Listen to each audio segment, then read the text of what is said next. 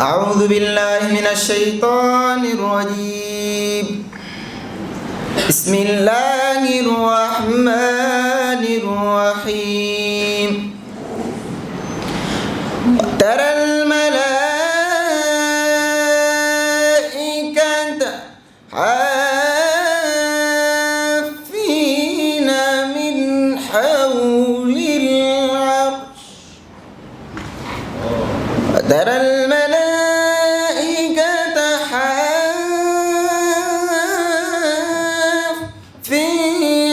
من حول العرش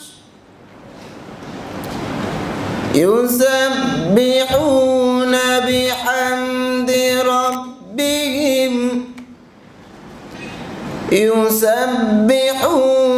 بحمد ربهم وقضي بينهم بالحق وقيل الحمد لله رب العالمين. الحمد لله رب العالمين. وغلقت الأبواب وقالت هيت لك وقالت هيت لك وقالت هيت لك وقالت هيت لك وغلقت الأبواب وقالت هيت لك قال معاذ الله. وغلقت الأبواب وقالت هيت لك وقالت هيت لك وقالت هيت لك وقالت هيت لك وغلقت الأبواب وقالت هيت لك قال معاذ الله إنه ربي أحسن مثواي. إن الذين قالوا ربنا الله ثم استقاموا تتنزل عليهم الملائكة ألا تخافوا ولا تحزنوا وأبشروا بالجنة التي كنتم توعدون. نحن أولياؤكم في الحياة الدنيا وفي الآخرة ولكم فيها ما تشتهي أنفسكم ولكم فيها ما تدعون. نزلا من غفور رحيم. ومن أحسن قولا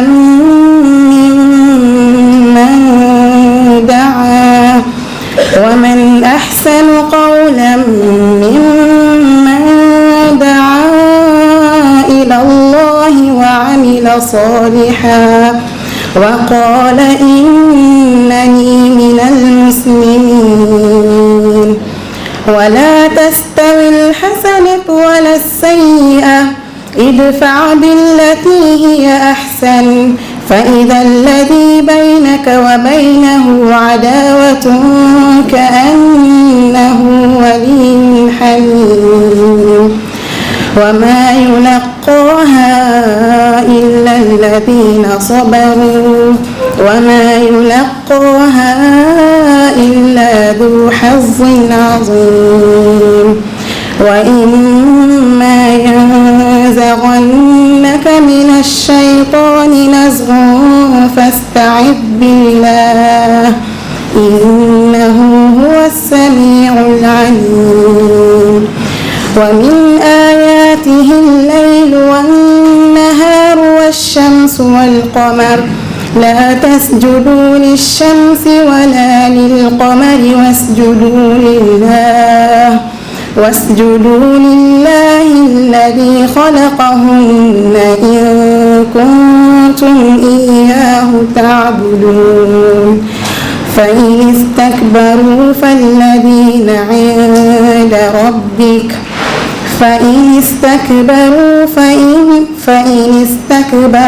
فالذين عند ربك يسبحون له بالليل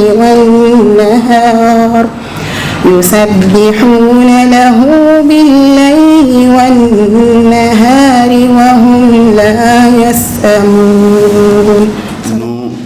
Nous associons à ces remerciements Madame Silla, qui n'a ménagé aucun effort pour la réussite de cette journée. Nous remercions par la même occasion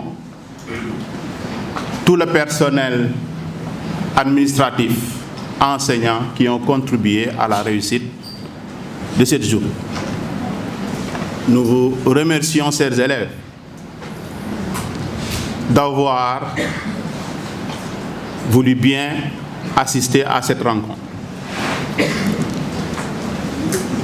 C'est une occasion unique d'avoir parmi nous un ancien recteur, un ancien ministre de l'enseignement supérieur et de la recherche scientifique. Vous remerciez également sur le thème choisi. Quel modèle éducatif pour le citoyen de demain? Quel modèle éducatif pour le citoyen de demain? Et ça colle effectivement avec la philosophie de notre établissement, l'éducation autrement. Pourquoi éducation autrement? Parce que dans notre établissement, nous combinons deux enseignements. Un enseignement islamique et un enseignement en français avec le programme français sénégalais. Nous aimons dire que nous ne sommes pas un établissement franco-arabe, mais un établissement franco-islamique, créé par M. Abdallah Loum depuis 2005. J'ai dit tout à l'heure que nous avons les deux enseignements. C'est vrai, parfois ça paraît difficile, vu de l'extérieur, comment des élèves peuvent assimiler ces deux enseignements. Mais c'est possible. C'est ignorer la capacité d'assimilation de nos apprenants. J'ai même fait de la philosophie, Madame Silla. Aristote disait: rien n'est trop difficile pour la jeunesse. C'est-à-dire, quand une jeunesse veut, elle peut. C'est parfois difficile, mais les résultats montrent que c'est possible d'avoir ces deux enseignements. Nous sommes parmi les meilleurs établissements de l'IA de Grand Dakar. Nous avons eu des taux de réussite au BFM entre 2021 et 2022 de l'ordre de 87%. Entre 87 et 89%. Au baccalauréat, de 84% à 2021, nous sommes à 89%. Avec toujours 100% en série S1. Et ce sont ces mêmes élèves qui ont récité tout à l'heure le Coran. Ce sont ces mêmes élèves qui ont des baccalauréats en arabe, qui ont des BFM en arabe. Ça veut dire que c'est possible. Et vous êtes en train de le démontrer. Un nouveau modèle éducatif est possible.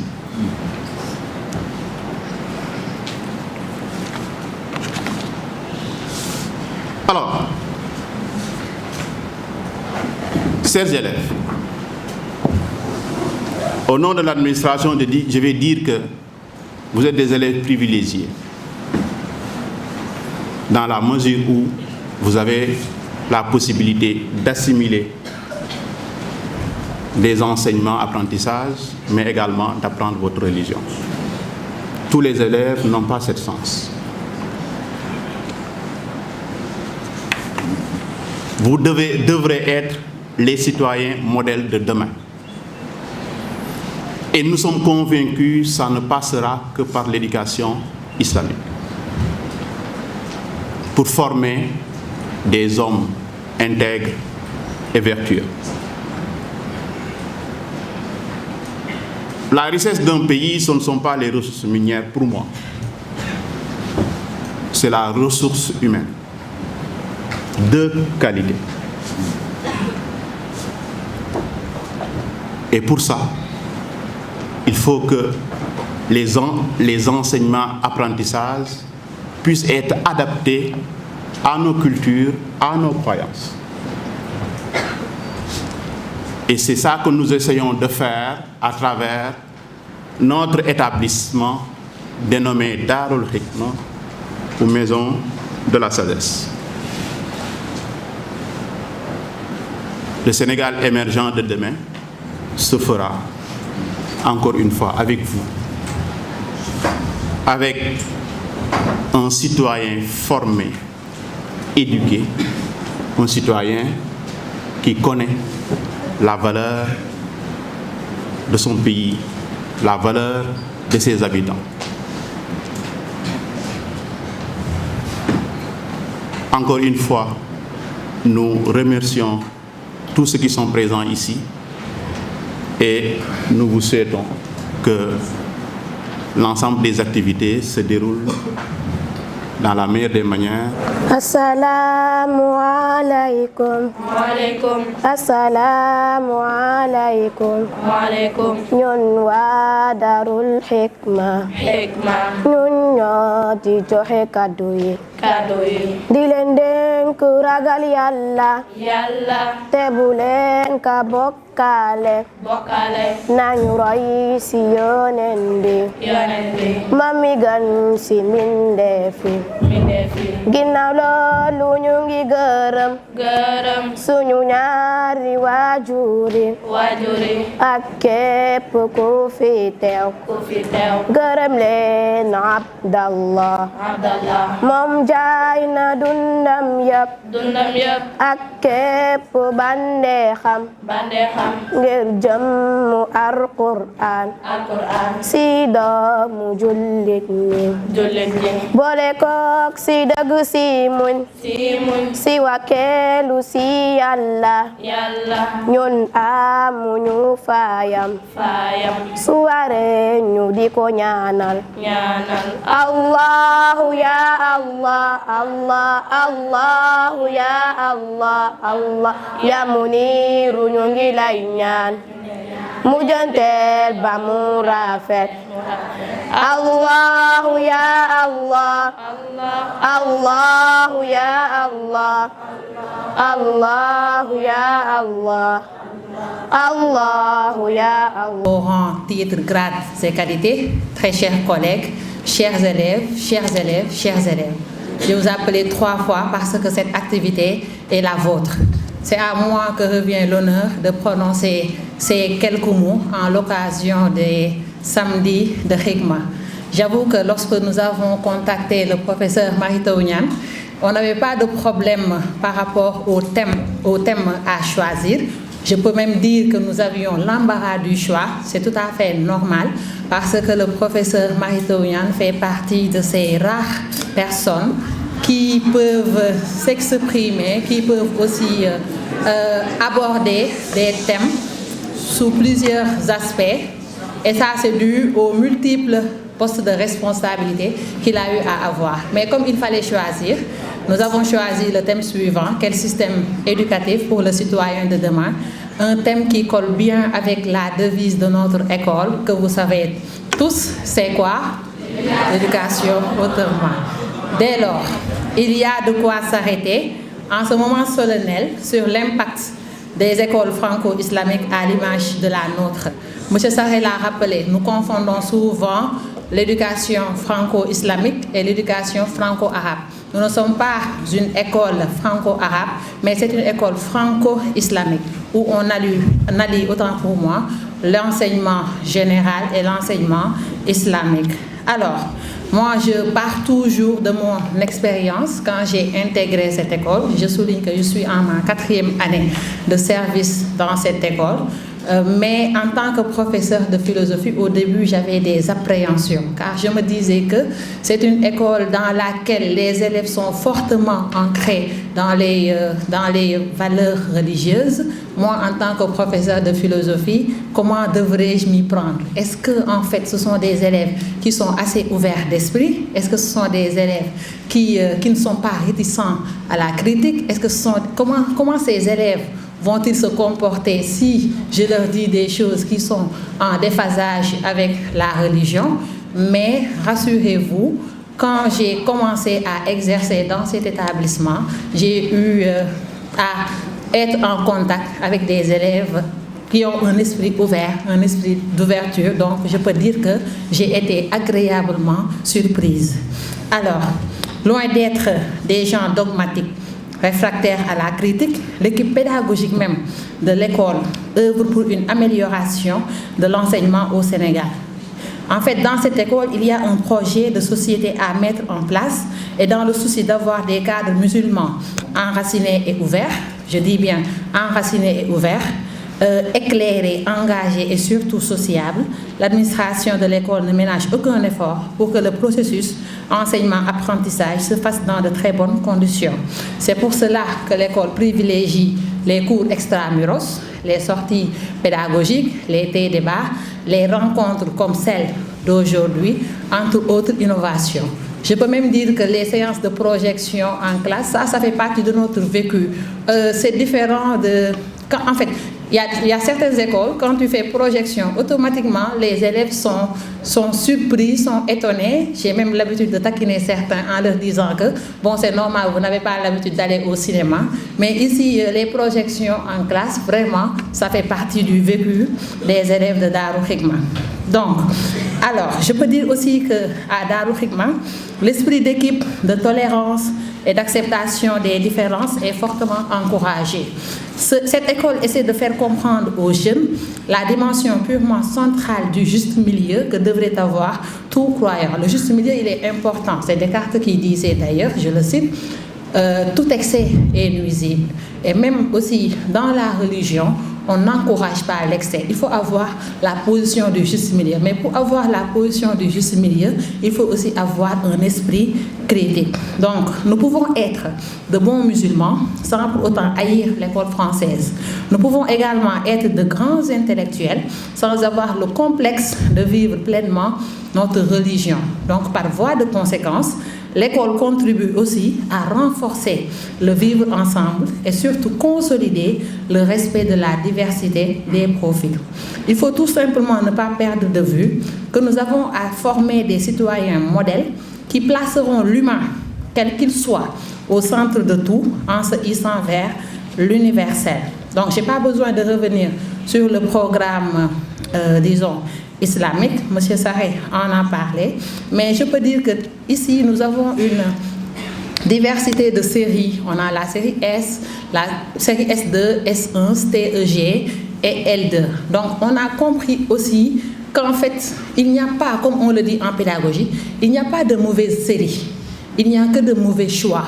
C'est pour cela que l'école veille à la qualité des enseignants qui sont recrutés. Et vous ne serez pas surpris de constater que les taux de réussite vraiment sont élevés.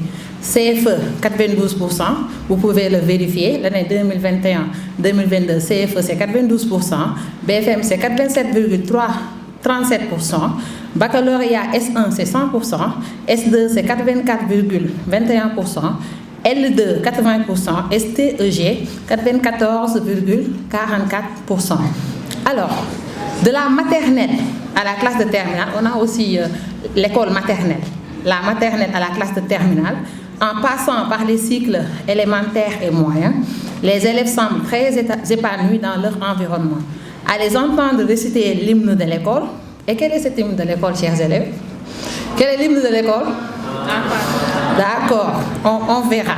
On perçoit des sentiments de satisfaction, de sécurité et d'espoir qui habitent les élèves. Cette école est leur cadre, leur milieu naturel. La plupart des élèves y ont fait toutes leurs humanités. Ils sont de purs produits de l'établissement. Même après l'obtention du bac, ils n'auront pas à s'inquiéter quant aux problèmes d'adaptation dans les universités et écoles de formation. Ceci dans la mesure où ils ont pu acquérir ici les armes nécessaires pour se confronter à n'importe quelle situation dans la vie. Dans cette école, je termine par là, ils ont pu allier le savoir-être et le savoir-faire.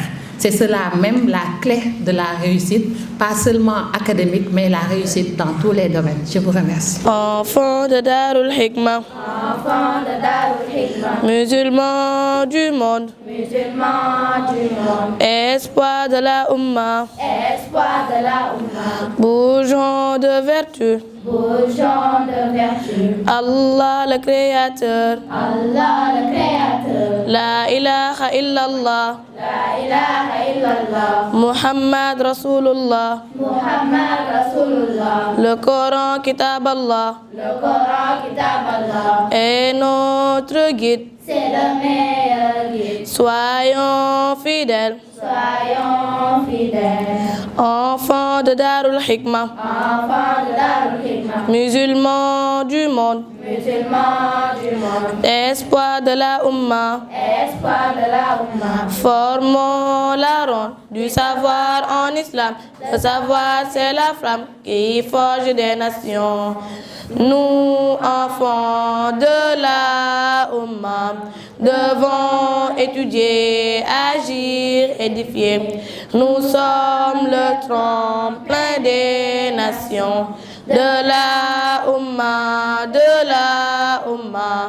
nous, enfants de la Ummah, honorons nos parents, aimons nos patries. Enfants de Darul Hikmah, enfants de Darul Hikmah, ayons la foi, ne soyons point là. Obéissons à Allah, aimons le prophète, recommandons le bien, interdisons le mal. Le paradis, Inch'Allah, au rendez-vous sera. Le paradis, Inch'Allah, au rendez-vous sera. Assalamu alaikum. On s'est tous, en tant qu'élèves, demandé qu'est-ce qu'on fera de notre avenir. Pour répondre à cette question, notre prof de français en classe de 3e nous a demandé de rédiger une lettre à laquelle on va rattacher notre curriculum vitae. Malgré tout ce que je pouvais imaginer, je ne pouvais même pas remplir 2 pages. C'est normal. En général, les CV tournent autour de 5 à 6 pages. Mais quand j'ai vu le CV de 32 pages du professeur Marie-Théuniat, je ne pouvais pas revenir. Comment est-ce qu'un homme peut avoir une telle éthique de travail?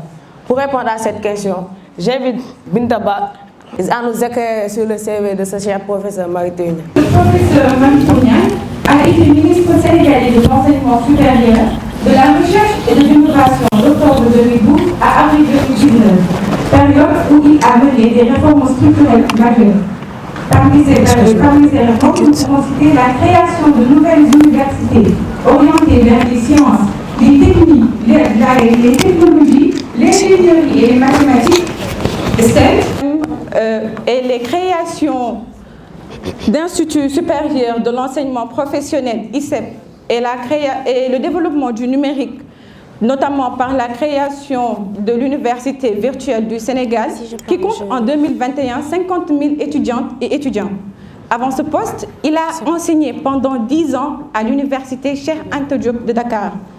Puis en 1990, il a rejoint l'équipe qui a démarré l'Université Gaston Berger de Saint-Louis, où il est devenu chef du département des mathématiques appliquées, puis directeur de l'unité de formation des sciences, des techniques, de la recherche, puis pour finir par occuper le poste de recteur de 2007 à 2012. Il fut aussi président du conseil administratif de Petrosen Holding de mai 2020 à juillet 2022. Khadija, tu peux compléter pour moi?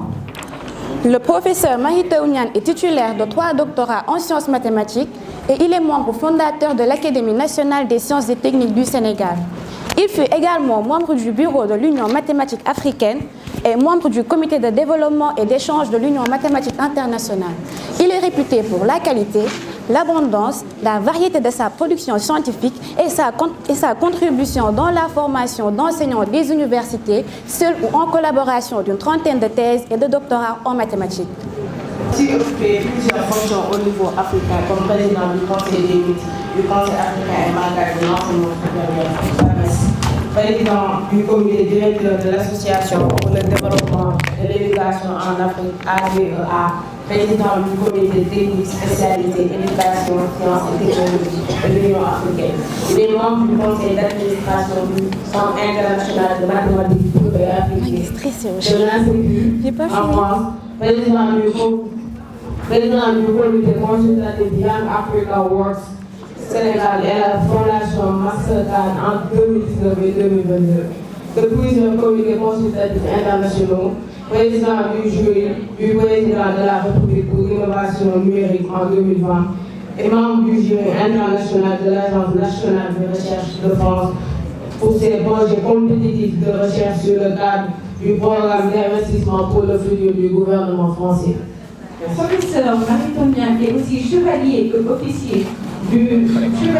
officier dans l'ordre national du Lion, chevalier dans l'ordre des palmes académiques du Sénégal et de la République française. Commandeur dans l'ordre international des palmes académiques du CAMES et grand officier dans l'ordre du mérite de la République française. Alors, qui est mieux placé que lui pour animer la première conférence des samedis de Hikma dont le thème est « Quel système éducatif pour les citoyens de demain ?» Merci à vous. Monsieur le directeur des études, Madame Badji, maîtresse Bintello, Madame John Yassine Faye, Madame Silla,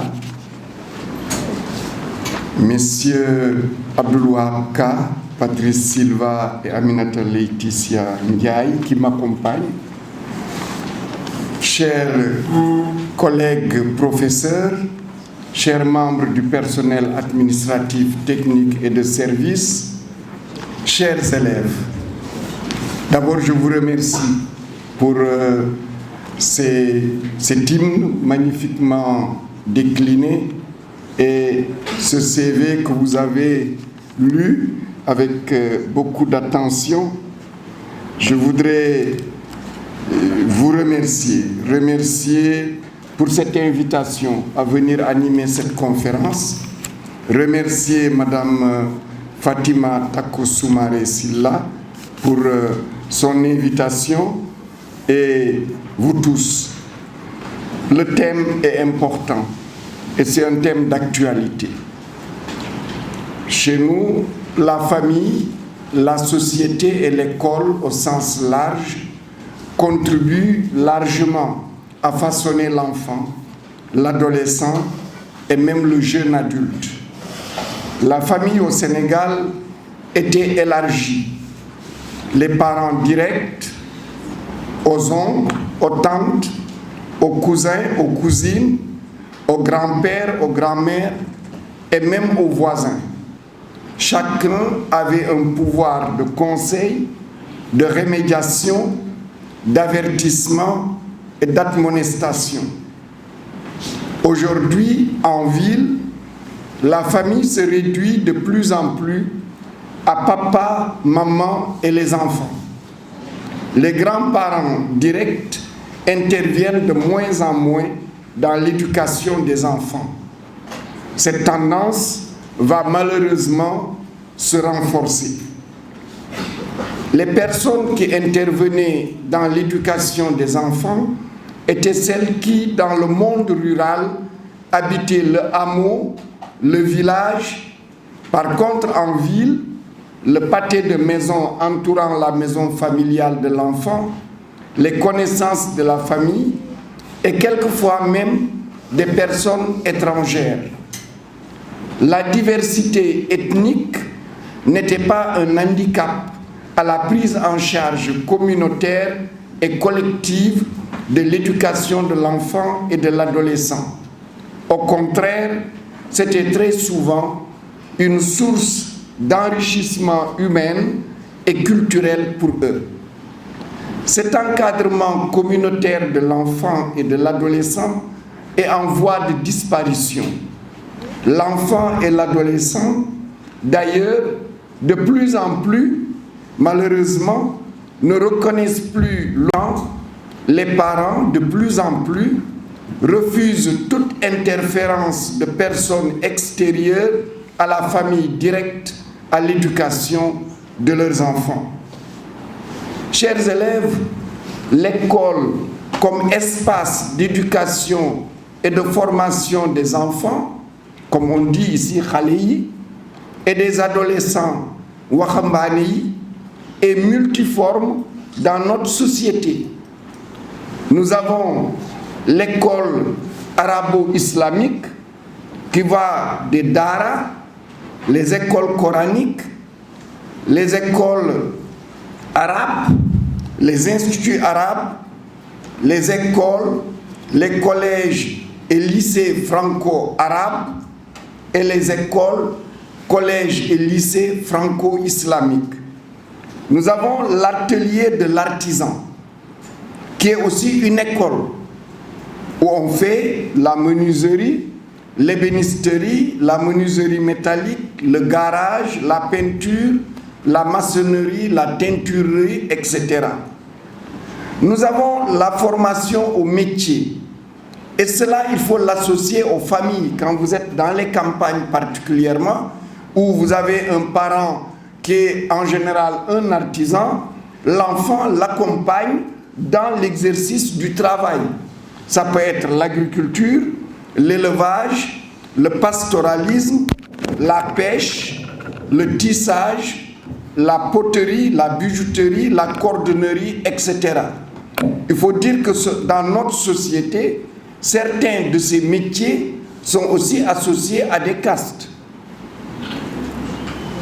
Il y a l'école confessionnelle chrétienne qui va du préscolaire, l'élémentaire, le collège, le lycée, les centres de formation professionnelle. Nous avons l'école publique, la case des tout-petits, le préscolaire, l'élémentaire, le collège, les lycées. Nous avons l'école publique, technique et professionnelle. Depuis le collège technique, les lycées techniques, les lycées professionnels, les centres de formation professionnelle. Nous avons les établissements d'enseignement supérieur. Vous avez les universités. Dans les universités, vous avez aussi des écoles et des instituts. Vous avez les écoles traditionnelles de transition adolescence adulte. C'est des écoles évidemment éphémères, d'une semaine, 15 jours, 3 semaines. C'est la période de formation durant la période de circoncision.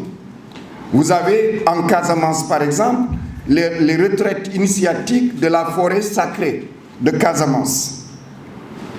En fait, notre société, comme je l'ai dit tout à l'heure, est irriguée par des systèmes d'éducation et de formation qui se superposent, se contredisent et même quelquefois s'opposent. Notre société, sous le coup de boutoir de la mondialisation et de ses contre-coups, parmi lesquels la télévision, la radio, Internet, WhatsApp, Facebook, TikTok, etc., se transforme et se métamorphose sans que nous ayons un pouvoir précis pour endiguer cela.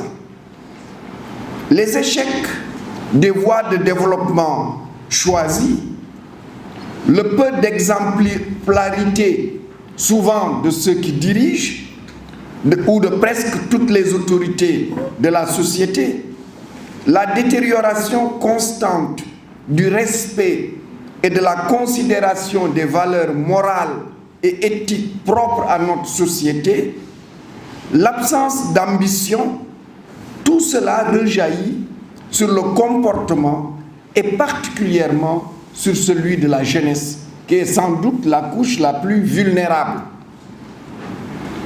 En fait, partout dans le monde, les pouvoirs publics ont compris que la maîtrise de l'école est le facteur essentiel pour construire le citoyen porteur des valeurs qu'ils jugent essentielles, capable de bâtir ce qu'ils considèrent comme le bien-être des populations, de tisser les solidarités consolidantes et de sauvegarder la nation. L'école, par la mise en œuvre des programmes qu'elle délivre, nous en avons vu quelques aspects tout à l'heure exposés en particulier par Madame Silla, les inégalités sociales, les inégalités territoriales et corporelles, parce qu'on a parmi nous des enfants qui peuvent avoir un handicap ou être d'origine sociale ou économiquement, ils ont aussi un handicap, etc. Qu'elle peut effacer ou approfondir les vocations qu'elle suscite, les ambitions qu'elle libère, parce que vous êtes jeune, vous avez envie de devenir une grande dame ou un grand monsieur, ou vous avez envie d'être la personne qui va réaliser telle ou telle chose. Et un outil incomparable de formation des consciences, de transformation des mentalités et de mobilisation des esprits pour l'atteinte d'objectifs honorables ou évidemment, parfois, et même de plus en plus malheureusement dans notre société, d'objectifs maléfiques. Et ça, évidemment, il faut l'éviter. Nelson Mandela ne disait-il pas, je cite, « L'éducation est l'arme la plus puissante que l'on puisse utiliser pour transformer le monde. » Et cela se lit dans ce que Madame Silla a dit, l'ambition de votre école, parce que c'est aussi de transformer le monde. Alors je parlerai de quel nouveau citoyen africain voulons-nous, les fondements d'une éducation africaine transformatrice. Je parlerai du défi de la science et de la technologie et du numérique. Je parlerai du défi de l'innovation et de l'entrepreneuriat, du défi de la construction de l'état de droit et quelle finalité de l'éducation africaine au XXIe siècle. Et enfin, je conclurai. Quel nouveau citoyen africain voulons-nous? Alors, il peut paraître prétentieux de ma part de vouloir définir le nouveau citoyen africain que nous voulons. Si nous retraçons l'histoire de notre pays, nous remarquons que seul le président Léopold Sédar Senghor, dans la première décennie des indépendances, c'est-à-dire entre 60 et 70, avait tenté de définir ce qu'il appelait l'homme sénégalais qu'il voulait construire, c'est-à-dire l'homo sénégalensis. Il faut dire que cette tentative de théorisation et de construction d'un nouveau citoyen enraciné dans ses valeurs de culture et ouvert, comme disait Senghor, à la civilisation de l'universel, ne durera pas longtemps.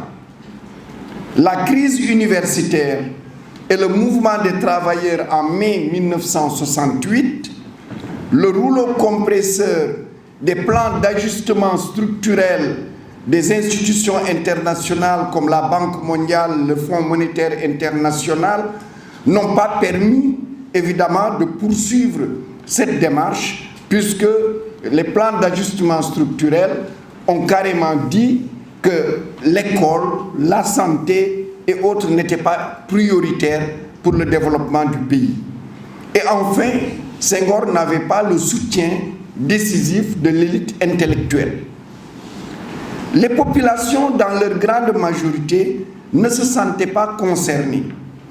D'ailleurs, dans cette démarche, il y avait des mesures, parmi lesquelles il fallait réduire les dépenses familiales.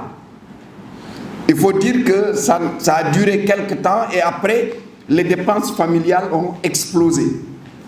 Il fallait qu'au moment des baptêmes, des funérailles, qu'il n'y ait pas trop de monde. En fin de compte, ça a explosé. Donc tout ce que Senghor voulait, en fait, c'est le contraire à la fin qu'on a eu. De même qu'apparu chez particulièrement les femmes, cette propension de solidarité, mais qui devient une contrainte majeure dans la société, que quand quelqu'un a un xew, toutes les femmes amies cotisent pour aider. Mais ça devient plus compliqué parce que quand une femme vous aide, après, quand elle a elle aussi un baptême, vous devez au moins redonner ce qu'elle vous a donné. Évidemment, cette aide pose problème. Alors, il faut souligner qu'aucun des présidents de la République qui suivirent le président Senghor ne développèrent une ambition de bâtir un nouveau citoyen sénégalais. Je peux citer par exemple l'arrivée du président Wade au pouvoir en 2000. Lui, il y a eu le choc du naufrage du bateau le Joola. C'est très important de souligner cela, et paix à leur âme. Ce choc avait créé un espoir et une attente générale des populations qu'il y ait des décisions, même répressives, allant dans le sens de l'instauration d'un nouveau comportement citoyen. Pendant un temps, les populations instaurèrent la police dans les transports en commun en refusant les surcharges de passagers, les excès de vitesse et les violations du code de la route. Cette ferveur populaire, citoyenne, s'estompa rapidement face à l'absence manifeste de volonté politique pour accompagner les populations.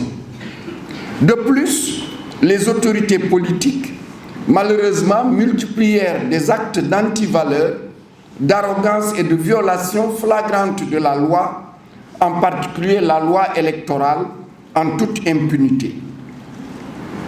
Notre pays, vous le savez tous, nous le savons tous, est gangréné par des attitudes, des comportements et des actes qui n'honorent pas la citoyenne et le citoyen sénégalais. Des Sénégalais du bas peuple aux autorités politiques, en passant par les hommes politiques et l'élite intellectuelle, malheureusement, l'opportunisme du gain individuel à tout prix. On veut de l'argent, on veut avoir un salaire qu'on ne mérite pas, on veut avoir une position dans l'appareil d'État, on veut, a fait basculer le Sénégalais et dans une moins grande mesure la Sénégalaise dans un espace de non-droit, d'antivaleur et d'abandon de toute règle traditionnelle d'éthique et de morale. Dès lors que les chefs donnent le mauvais exemple, le gorgorlou, comme on dit chez nous, est condamné tragiquement à suivre. Alors, évidemment, cette situation ne peut pas perdurer, à moins de la laisser conduire le pays à son effondrement par la violence, en réponse à la violence des nantis de biens illicites ou de leurs prête-noms. Il nous faut donc prendre le risque de définir les principales caractéristiques du nouveau citoyen sénégalais africain que nous voulons. Évidemment, il ne s'agit pas d'aligner des qualificatifs qu'il serait long à énumérer. Il faut juste définir un cadre suffisamment consensuel, suffisamment adaptable aux situations, aux territoires, aux ethnies, aux cultures, aux pays, suffisamment volontariste pour permettre aux nouveaux citoyens africains, avec les valeurs africaines, sa culture africaine, imbue de connaissances, notamment scientifiques et techniques, d'être fier de réaliser son projet de développement personnel et professionnel dans son pays, de s'engager dans la bataille collective de bâtir en toute souveraineté le bien-être de la population de son pays dans un état de droit et de contribuer avec honneur et fierté à la conquête de la dignité et du leadership de son pays et de l'Afrique dans le concert des nations. Le nouveau citoyen africain que nous voulons doit au moins s'approprier et appliquer avec enthousiasme les 5 principes de la citoyenneté nouvelle africaine que je vous propose. Le premier principe, connaître et être fier des meilleures valeurs et de l'éthique africaine, des religions musulmanes, chrétiennes et traditionnelles, du travail, de son pays, de l'Afrique, son pays et l'Afrique étant sa première priorité. Deuxième chose, connaître et être fier des principes de l'état de droit, du respect des biens et du patrimoine commun, des libertés individuelles et collectives, du patriotisme et de l'investissement volontaire pour son pays et pour l'Afrique. Troisième principe, être instruit et fier de l'être, tendu passionnément pour la conquête constante de la connaissance, du savoir-faire, du savoir-devenir, de la compétence et de la perfection. Je suis bien ici dans cet espace. La connaissance, ce doit être une ambition. Chaque être humain doit avoir l'ambition de connaître, d'apprendre. Ça, c'est important. Troisièmement, j'ai dit troisièmement déjà, quatrièmement, être créatif, entreprenant et fier de l'être, innovateur et créateur d'entreprises, s'emparer de la connaissance, la science et la technologie pour les mettre au service de la souveraineté de l'Afrique et du bien-être des populations africaines. La science n'appartient pas aux Européens. Elle n'appartient pas aux Européens. Elle est née en Afrique. Que ce soit les mathématiques, que ce soit la physique, que ce soit la biologie, c'est né en Afrique. Pourquoi alors voulons-nous que ce soit européen? Ils ont été plus intelligents que nous, ils se sont emparés de la science. Nous aussi, notre tour, c'est de nous emparer de cela. Cinquièmement, avoir la culture du travail en équipe et en être fier. Seul, on ne peut pas faire grand-chose, même si on est un génie. Mais avec les autres, on peut faire. De l'action solidaire, du succès collectif, des résultats collégiaux, d'inscrire sa réussite personnelle dans le projet de réussite collective de son pays et de l'Afrique. Chers élèves, l'acquisition de ces principes, leur appropriation et leur intégration dans la vie quotidienne des populations ne saurait être une affaire de génération spontanée, encore moins de mutation génétique ou mentale. Ce changement sera le produit de la conjonction d'un système éducatif réformé dans ses fondements avec une nouvelle gouvernance, un nouveau comportement et un leadership positivement transformateur des enseignants, des administrations des établissements, des autorités étatiques et des leaders politiques. J'en arrive à la troisième partie, les fondements d'une éducation africaine transformatrice.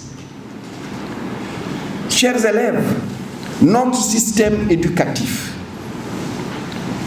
du préscolaire au supérieur, évidemment, n'est ni l'émanation de nos traditions, de nos cultures, de nos religions, Il n'est pas particulièrement promoteur des valeurs humaines et morales qui sont les fondements des relations humaines, de l'interaction entre les groupes de population qui composent notre pays.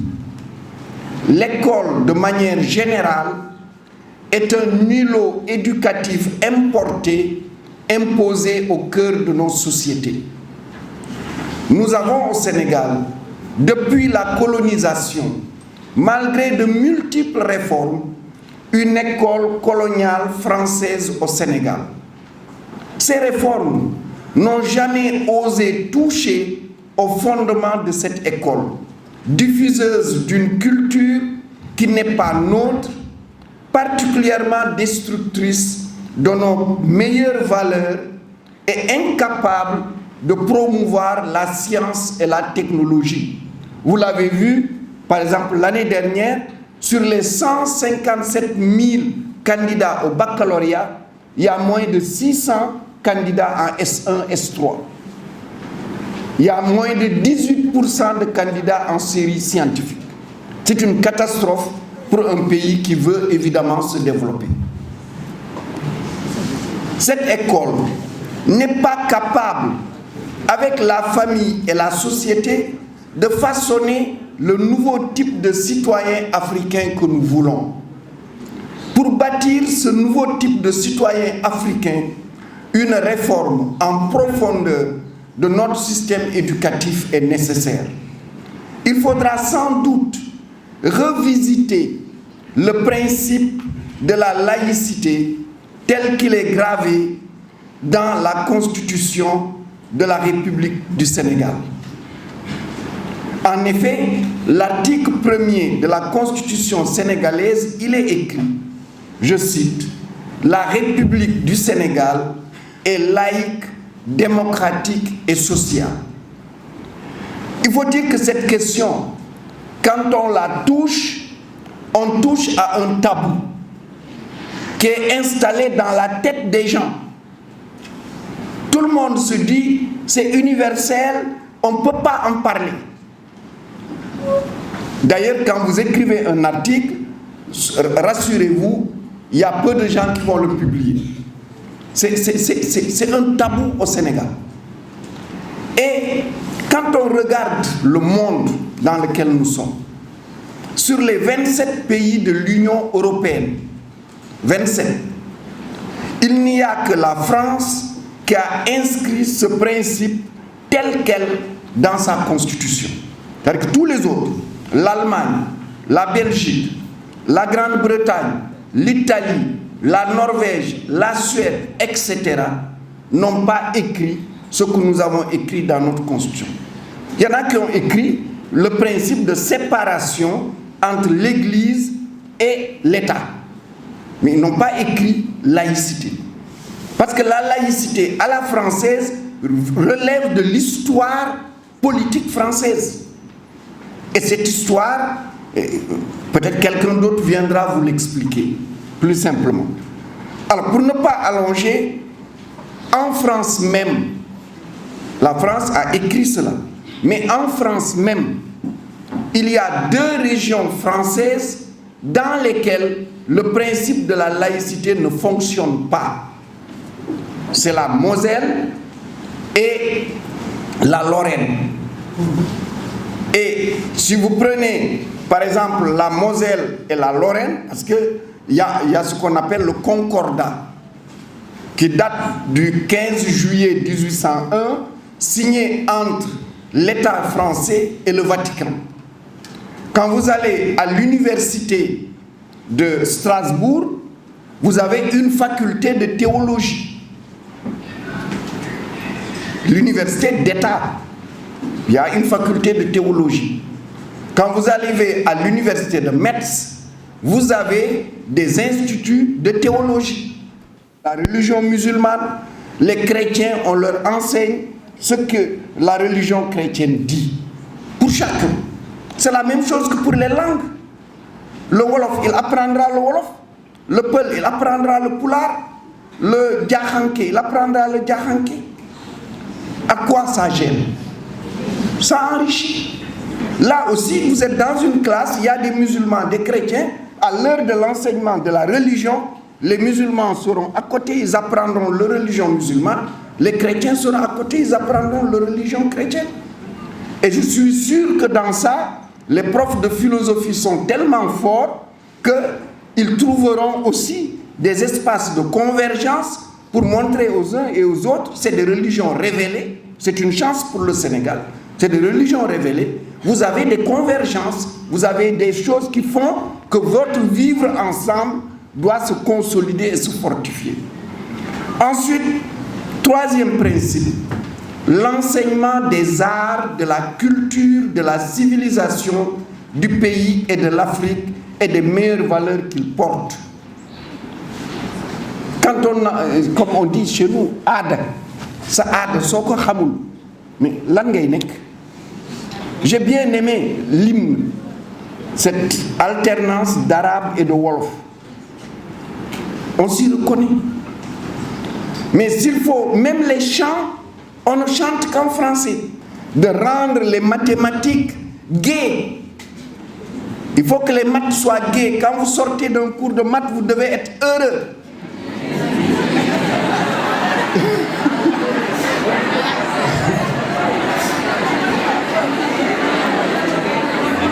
Ah oui. Il faut que vous ayez envie, quand vous n'avez pas de cours de maths, vous devez vous dire, ah non, vraiment mon prof doit venir. N'est-ce pas?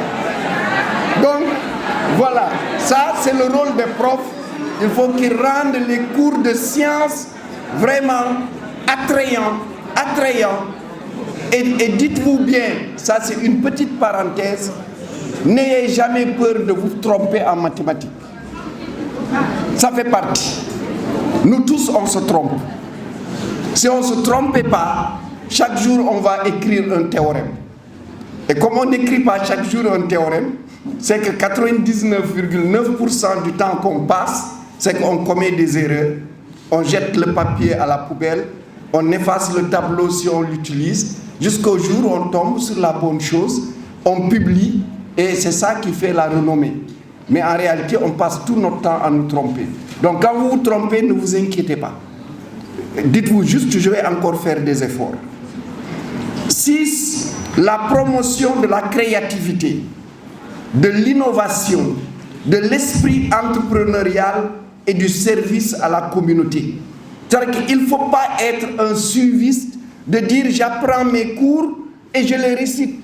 Non, c'est bien de réciter les cours, mais c'est bien aussi d'essayer de comprendre ce que vous avez appris et d'inventer quelque chose, même si c'est tout petit. Il n'y a pas de petite invention. Donc, et d'autre part aussi, de vous lier avec la société. Vous avez appris telle chose, comment la relier avec la société. 7e principe, l'enseignement du développement personnel, de la citoyenneté, du leadership et l'accompagnement dans la définition du projet professionnel de l'apprenant et des valeurs autour du travail. Vous êtes jeune, mais même maintenant que vous êtes jeune, vous devez quand même vous informer. Qu'est-ce que vous voulez devenir demain? Vous voulez être maçon? Vous voulez être architecte? Vous voulez être ingénieur? Vous voulez être médecin? Vous voulez être astronome? Vous voulez fabriquer une voiture que personne ne conduit? Vous voulez fabriquer des avions?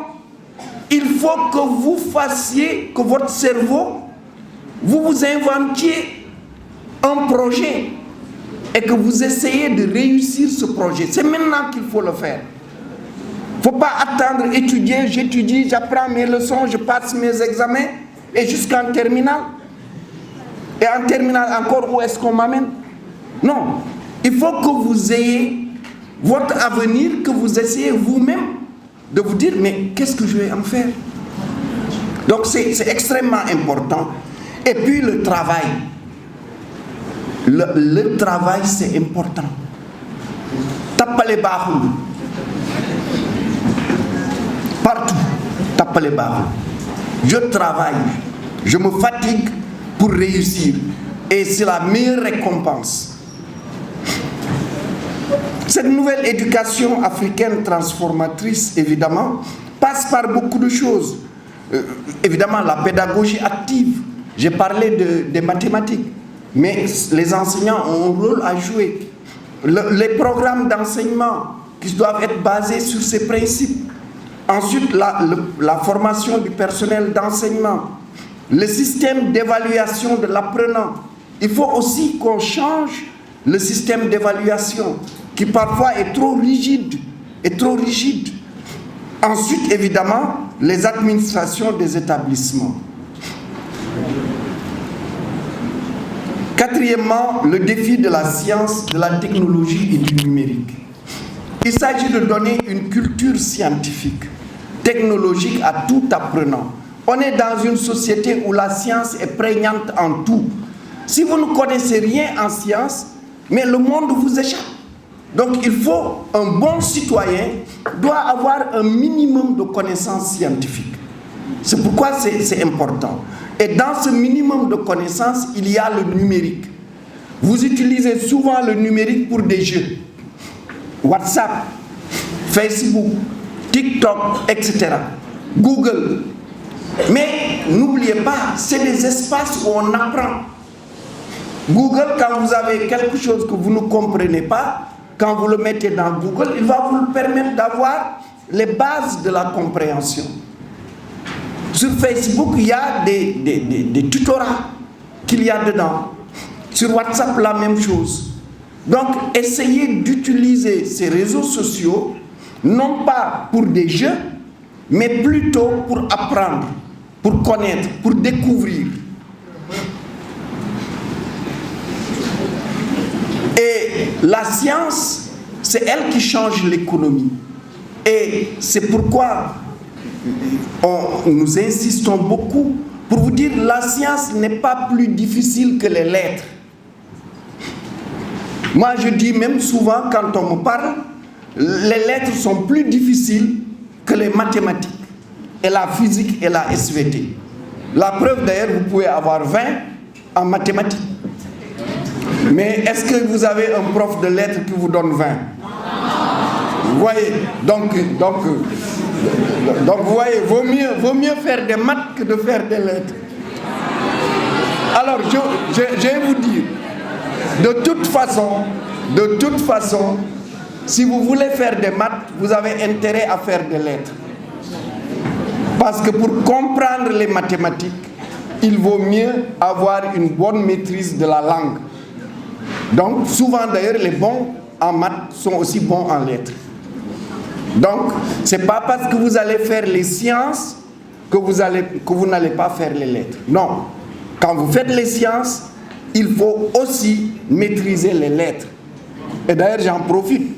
Parce que les élèves, j'ai appris maintenant que vous ne lisez pas beaucoup. Il faut lire. C'est ça qui vous aide. Qui aide à élever votre niveau de français. Qui aide à avoir plus de culture générale. Qui vous met à l'aise quand vous faites des dissertations et autres. Et qui fait que vous n'avez pas de complexe devant n'importe quel autre de vos camarades. Il faut lire. Si vous n'avez pas l'habitude de lire, commencez à lire de petites choses. De petites choses. Et ensuite, vous allez lire maintenant des romans, la littérature sénégalaise. Mais ne restez pas seulement sur la littérature sénégalaise. Lisez aussi les littératures étrangères, littérature française, littérature russe, littérature américaine, latino-américaine, chinoise, etc. Vous devez chaque semaine, un élève doit chaque semaine lire un livre.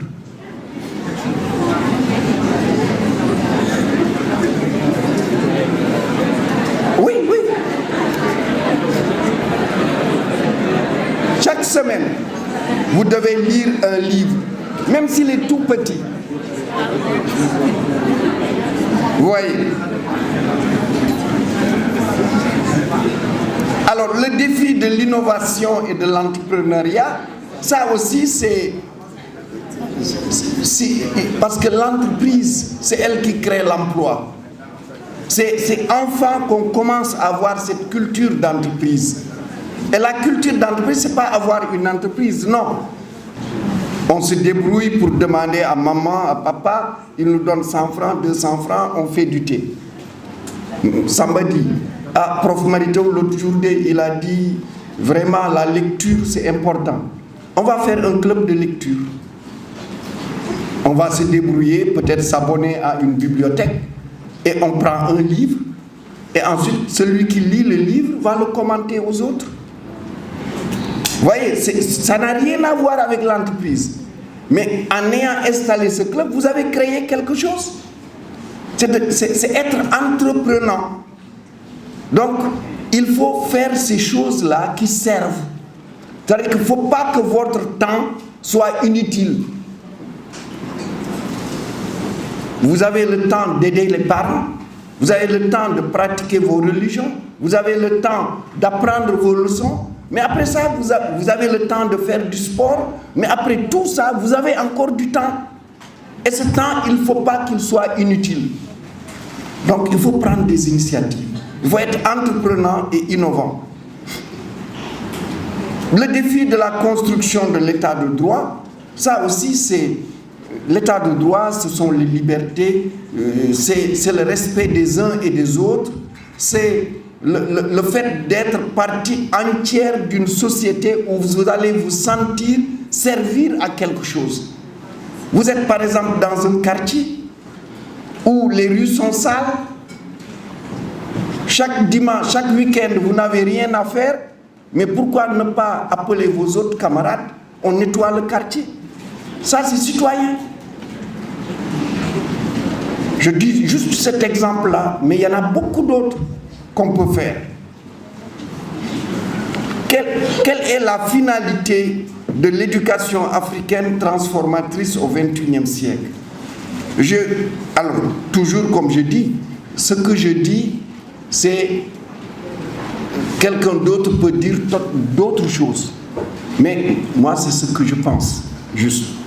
C'est bâtir un citoyen nouveau, enraciné dans ses meilleures valeurs religieuses, de culture et de civilisation, fier d'appartenir à son pays et au continent africain. Deuxième chose, de former un citoyen nouveau, ambitieux. Il faut être ambitieux, entreprenant, créatif et innovant, mettant ses connaissances et ses compétences au service de la construction d'un écosystème, qu'il soit industriel, qu'il soit entrepreneurial, qu'il soit familial, qu'il soit social, adossé sur ce que nous avons de mieux. Troisièmement, c'est de promouvoir un citoyen nouveau, cultivé. Sans connaissance, vous n'êtes rien. Il faut être cultivé, croyant. Ça, c'est notre pays. Notre pays dirait autre chose. Mais nous, on est au Sénégal, on sait que 100% des gens ont des religions. Donc la croyance fait partie de ce que nous sommes. Croyants et combattants de l'état de droit, convaincu que la réalisation de son projet de développement professionnel et personnel passe par la réussite du projet collectif de son pays et du continent. Chers élèves, j'ai été long, j'arrive à la conclusion. L'éducation, la formation, la science, la technologie, la recherche et l'innovation sont les moteurs de la transformation socio-économique des pays et des continents. Notre continent, l'Afrique, accuse un retard de 60 ans par rapport aux pays asiatiques dans cette prise de conscience. Imaginez qu'en 1960, le produit intérieur brut du Sénégal était un peu moins de 300 $. Celui de la Corée du Sud était de 160 $. C'est-à-dire que nous avions, chaque Sénégalais avait le double de richesse qu'un Coréen. En 2021, nous, le Sénégal, nous sommes à 1600 $. La Corée du Sud est à 34 700 $. Plus de 20 fois, eux qui avaient la moitié en 60, maintenant ils ont plus de 20 fois ce que nous avons. La différence est venue d'où? De l'éducation, de la formation, de la science, de la technologie et de la citoyenneté, de l'engagement des citoyens. Ils n'ont pas de richesse naturelle. Ils n'ont pas de richesse naturelle. Nous, on a, Dieu merci, des richesses naturelles. Donc si nous construisons ce nouveau citoyen, si nous nous approprions les sciences, les technologies et que nous faisons les recherches et les innovations dont nous avons besoin, mais nous allons aussi courir plus vite qu'eux, parce que nous avons ce qu'ils n'ont pas. J'ai essayé tout au long de cet exposé de tracer une voie. Elle n'est pas unique, pour combler ce déficit de prise de conscience et de leadership transformateur de nous, citoyens, de nos dirigeants et de tous ceux qui ont un leadership dans notre société. L'éducation africaine transformatrice peut être la base de l'émergence du nouveau citoyen africain, bâtisseur de la souveraineté africaine. Je voudrais aussi féliciter votre école pour cette voie nouvelle qui est quasiment ce que je suis en train d'expliquer, en tout cas très proche de ce que je suis en train d'expliquer, qui est une voie, je pense, qui est la bonne voie pour que nous soyons d'abord ce que nous sommes et ensuite nous ayons cela comme tremplin pour aller à la conquête du monde. Je vous remercie de votre aimable attention. J'espère que cet exposé va faire le tour du monde. Surtout, ça va aller dans le domaine des personnes compétentes qui doivent décider pour notre futur de ce pays. Donc, avant de passer à ces échanges avec le public, on va d'abord donner la parole à maîtresse Binterlo, Madame Badji, puisque l'école, c'est depuis la maternelle jusqu'au secondaire. Assalamu alaikum wa rahmatullah. Monsieur Kamara a parlé d'orientation.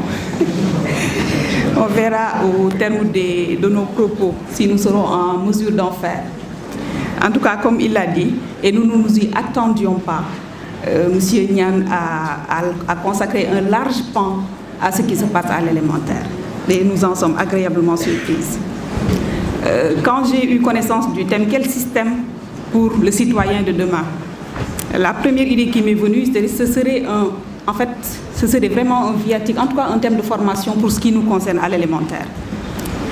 Il n'est pas besoin, je crois, d'être un architecte émérite pour savoir que la fondation est le premier jalon et non des moindres pour toute construction.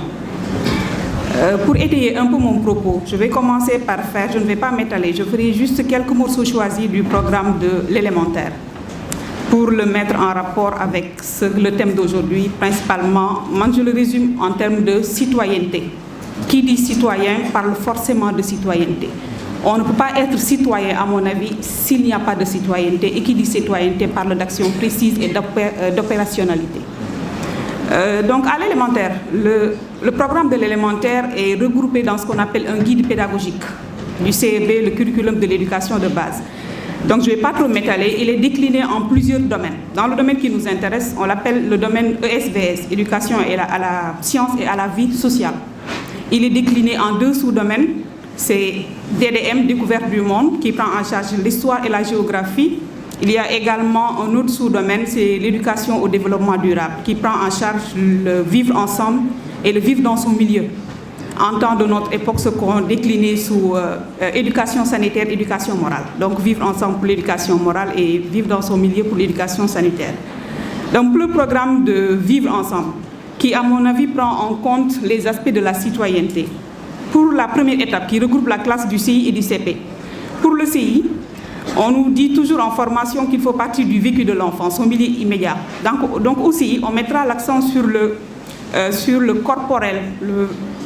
Dans un premier plan, l'enfant est mis en valeur, tout autour de lui. Donc on lui parlera en vivre ensemble de la propreté vestimentaire, de la propreté corporelle et de la propreté de son milieu immédiat, la classe, l'école ou bien la maison, entre autres. Au CP, ça va aller un peu en évoluant. On rappelle les acquis antérieurs, ensuite on lui parlera du respect du règlement, le règlement intérieur de l'école, de la classe d'abord, ensuite le règlement intérieur de l'école. Au C1, on rajoute encore un autre jalon, on lui parlera bien sûr du rappel des acquis antérieurs et on fera également mention de la découverte des symboles de la nation. Il découvrira les autorités locales, la mairie, le maire. On lui parlera des autorités coutumières, on lui parlera des autorités religieuses également. En C2, ça va aller crescendo encore une fois. On lui parlera de l'implication dans son quartier, dans l'école, en lui faisant découvrir des devoirs à remplir.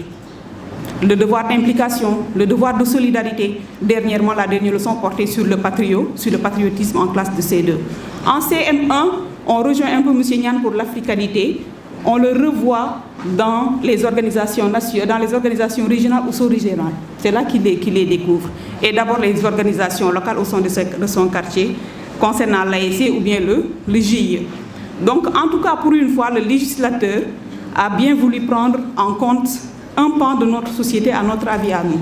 Après, on verra un peu plus tard la contradiction qu'il a soulevée dans son propos. Donc, pour le contenu pédagogique, le législateur a essayé tant bien que mal de prendre en charge les attentes de la société dans laquelle nous sommes. Parce que qui dit système dit organisation. Quand on s'organise, c'est pour un but précis. Quand on parle de système éducatif, je pense qu'on l'organise pour un projet de société. On prépare le citoyen à s'insérer, à s'intégrer dans sa société. Il en a parlé, les solidarités consolidantes. Je crois bien, si je ne me suis pas, si je ne me trompe pas. Donc nous sommes en interrelation les uns avec les autres. Nous avons besoin des uns et des autres. Donc l'implication, la découverte des devoirs dans son école, dans son quartier ou de façon un peu plus élargie pour contribuer à cela. Il a également parlé de quelques contradictions qu'on pourrait soulever et qui nous interpellent nous, en tant que musulmans déjà, en tant que maman. C'est que dira-t-on à un enfant du CI sur le sida? Ça nous pose problème. Actuellement, c'est au programme.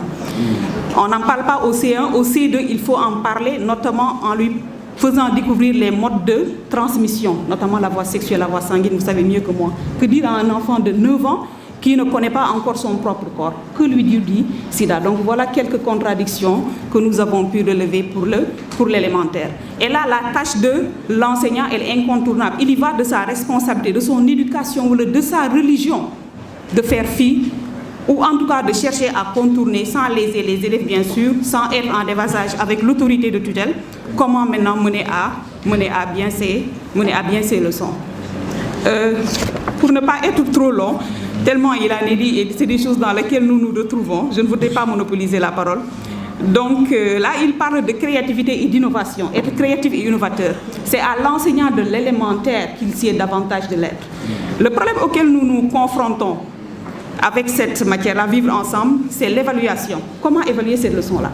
Parce qu'en fait, elles sont faites pour que les gens soient opérationnels, pour qu'on puisse évaluer ces actions sur le terrain. Donc il ne s'agit pas de donner des QCM dans la classe après avoir fait la leçon. On lève le drapeau, qu'est-ce que je fais? Je marche, je couche, je me couche, l'enfant coche-coche. Il le sait. Mais dans la vie active, comment est-ce qu'il pourrait le rendre opérationnel? Donc c'est un principe que nous, enseignants, pourrions effectivement adopter pour l'élémentaire. Donc il y aurait, machallah, nous avons beaucoup appris avec vous, il y aurait tellement à en dire, on espère que les occasions ne manqueront pas. Voici grosso modo ce que nous tenions à partager avec vous. Pour terminer, dire que dans cette construction du citoyen, les collègues de l'élémentaire ont un énorme travail à abattre. Nous passons plus de temps avec nos élèves que vous du collège ou du secondaire en tout cas. Donc, ce serait également un excellent thème de formation pour les enseignants de l'élémentaire. Donc, bonne continuation et tout ce qui est dit ici soit bénéfique pour tout le monde. Assalamu alaikum. Et surtout rappeler parmi les actifs du professeur Mary Teuw Niane un élément de taille. Parce que depuis 1960, jusqu'à son avènement à la tête du ministère de l'enseignement supérieur, vous le savez bien, il y a une frange très importante de la population qui a été marginalisée dans ses connaissances. Ce sont ceux-là qui ont eu affaire à étudier l'arabe. Et il a dû batailler ferme. Je pense qu'il va revenir sur les péripéties de cette histoire, comment il a fait pour que le bac puisse être organisé au Sénégal. C'est à son actif et ça n'a pas été simple. Donc c'était ça surtout l'objet de mon intervention. Je le sais trop modeste pour le souligner, mais je pense que c'est très important par rapport au public qui nous réunit. Vous me permettez un petit glissement par rapport à l'éducation autrement. Si nous suivons l'actualité aujourd'hui, c'est que éduquer autrement s'impose. Donc, des responsables qui se dédisent, des responsables à qui on confie les deniers publics qui s'en approprient, c'est parce que, tout simplement, au niveau de l'éducation, il y a à revoir. On pourrait développer sur d'autres thèmes, mais je sais que cela s'impose. Et je reste convaincu que la solution passe par, comme vous êtes en train de le faire, comme l'a proposé M. Niane, par la religion, principalement par la religion majoritairement pratiquée par les Sénégalais, par le Sénégal. Par sa modestie ne l'a pas dit. Il y a une semaine, on était à la lisière du Waalo et de la zone sylvopastorale. On nous a invités là-bas. Il a tenu à faire le déplacement parce que tout simplement, il y a un jeune commerçant qui a investi au niveau de sa localité. Et chaque année, donc, il y a des jeunes qui ont en général moins de 10 ans qui ont terminé le Coran et il y a une séance de récitation. Il y a donc une semaine, nous avons fait aller-retour en une journée 700 km. Il a été là-bas pour assister à la cérémonie, encourager les élèves, les enfants qui ont eu à réciter le Coran devant nous.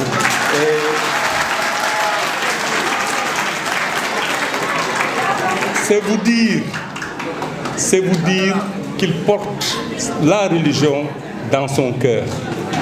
Parce qu'il aurait pu ne pas faire ce déplacement, déléguer tout simplement un de ses nombreux représentants qui sont basés à Saint-Louis. Mais moi, il m'aurait demandé de faire le tour du Sénégal pour cette mission-là, je l'aurais faite. En tout cas, et vous êtes privilégié par rapport à ces jeunes, peut-être il va revenir sur cet élément-là. Donc c'est vous dire que vous avez avec vous quelqu'un qui ne le dit pas, mais qui est convaincu que de la religion, on peut atteindre nos objectifs. Avec lui à apprendre les mathématiques. Donc je le remercie pour les cours très clairs, agréables, limpides et aussi gais qu'il nous avait donné en première année d'université. Et tout à l'heure, il disait que en sortant d'un cours de mathématiques, l'élève ou l'étudiant doit être heureux de revenir en cours. C'était mon cas quand j'assistais à ces cours d'analyse en première année d'université. Donc je remercie le professeur, je remercie aussi l'homme que vous voyez ici, qui est un homme respectueux, talentueux, mais aussi sérieux dans ce qu'il fait. Tout à l'heure, quand il faisait son exposé, le plus simple pour lui, c'était peut-être de rester là où il était assis et faire son exposé. Mais vous voyez, il s'est déplacé, s'est tenu debout et a fait tout son exposé tout en étant debout. Et c'est comme ça qu'il faisait ses cours de mathématiques. Durant toutes mes études, du CI jusqu'aux grandes écoles, j'ai jamais vu, j'ai seulement vu 2 professeurs qui se tenaient debout tout au long du cours. C'est le professeur Nian et une autre prof que j'avais au collège. Donc voilà, cela témoigne de son sérieux et aussi de son sérieux et aussi du maîtrise. Je voulais juste terminer en disant que le professeur Nian est quelqu'un qui maîtrise les mathématiques et j'ai rarement vu quelqu'un qui maîtrise les mathématiques autant que lui. Donc c'est une personne dont on a besoin dans la recherche. Je ne sais pas où est-ce qu'il en est par rapport à ses activités de recherche, mais je voudrais bien qu'il consacre un peu de temps dans ce domaine-là. Merci beaucoup. Merci à tout le monde. Merci, monsieur le directeur. Encore une fois, merci. Merci à monsieur Sarré. Et je remercie madame Bintolo pour sa contribution à cet exposé, de même que madame Diol pour sa contribution à cet exposé. Et monsieur Abdoulouab Ka, qui a rappelé quelques éléments. Pour ce qui est du baccalauréat arabo-islamique, en fait, il a été créé en juillet 2013. C'est lorsque je suis arrivé au ministère en octobre 2012. C'est en janvier que j'ai reçu les directeurs des instituts arabo-islamiques qui voulaient qu'il y ait un bac arabe. Il faut souligner que jusqu'à cette époque-là, il n'y avait pas de bac arabe au Sénégal. Il fallait aller en Égypte ou au Soudan, au Maroc, dans les pays du Golfe, pour pouvoir passer le baccalauréat et ensuite faire des études supérieures lorsqu'on avait suivi le cursus du Dara et des instituts de formation arabo-islamique. Et quand je les ai rencontrés, je leur ai dit, en tout cas, je prie Dieu, mais je souhaite qu'avant cette année, avant la fin de cette année 2013, que nous ayons ce bac-là. C'est vrai qu'il y a eu beaucoup de péripéties, comme il le dit, parce que simplement nous n'aimons pas le changement et nous nous complaisons souvent dans des habitudes. Parce qu'à l'époque, quand j'ai remis le dossier au directeur de l'office du bac, au bout de quelques mois, je l'ai rappelé, et pourquoi ça ne bougeait pas. Il m'a listé toute une série de contraintes qui empêchaient la tenue de ce bac-là. Et j'ai compris que mes prédécesseurs ministres, depuis sans doute 1960, c'était les mêmes contraintes qu'on leur soulignait et que malheureusement, eux, ils n'ont pas pu les surmonter. Donc, j'ai une réponse toute simple. Les mathématiciens ne sont pas très intelligents parfois. Nous répondons. J'ai dit, écoutez, vous êtes là, c'est pour résoudre les problèmes. Donc, s'il y a autant de problèmes, allez trouver des solutions, mais revenez-moi avant fin avril avec des solutions. Et peut-être que cette réponse très peu intelligente a fait son effet. Effectivement, avant fin avril, il m'a amené le projet de décret. Et je l'ai envoyé à l'université Cheikh Anta Diop de Dakar, parce que le baccalauréat, c'est l'université Cheikh Anta Diop de Dakar qui gère le recteur de l'époque. Au bout d'un temps, est venu aussi me dire, écoutez, professeur, il y a un problème. Parce que la faculté de lettres dit que ce bac-là, elle ne peut pas le valider.